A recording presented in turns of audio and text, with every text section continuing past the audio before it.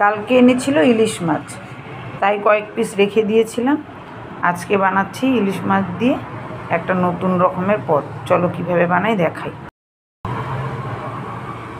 আজকে করব জিরে বাটা দিয়ে আর বেগুন দিয়ে ভাপা, আর সর্ষে বাটা নয়। সর্ষে বাটাটা সবার পেটে সবসময় সহ্য হয় না, গরমটাও আছে, তাই শুধু জিরে বাটা দিয়ে আর বেগুন দিয়ে করব।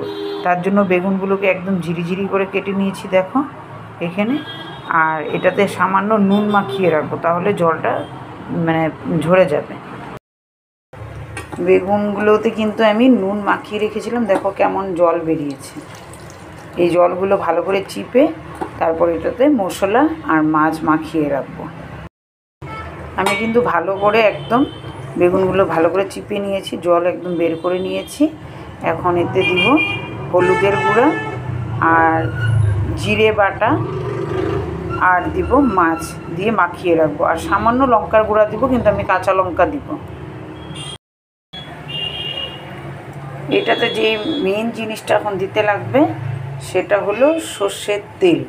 সর্ষের তেলটাতেই কিন্তু এটার স্বাদ আসবে।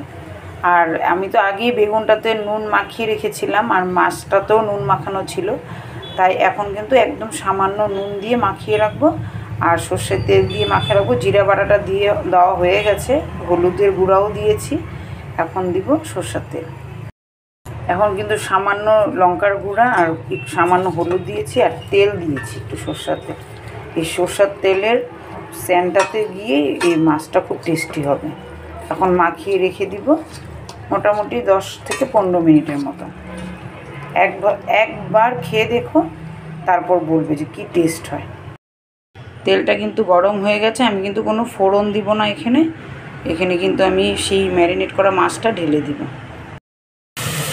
মাছটা কিন্তু আমি ঢেলে দিয়েছি, আর এখন কিন্তু আমি চাপা দিয়ে দিব।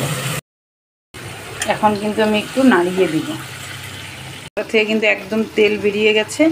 এখন আমি দিয়ে দিব কতগুলো কাঁচা লঙ্কা চিড়ে রেখেছিলাম।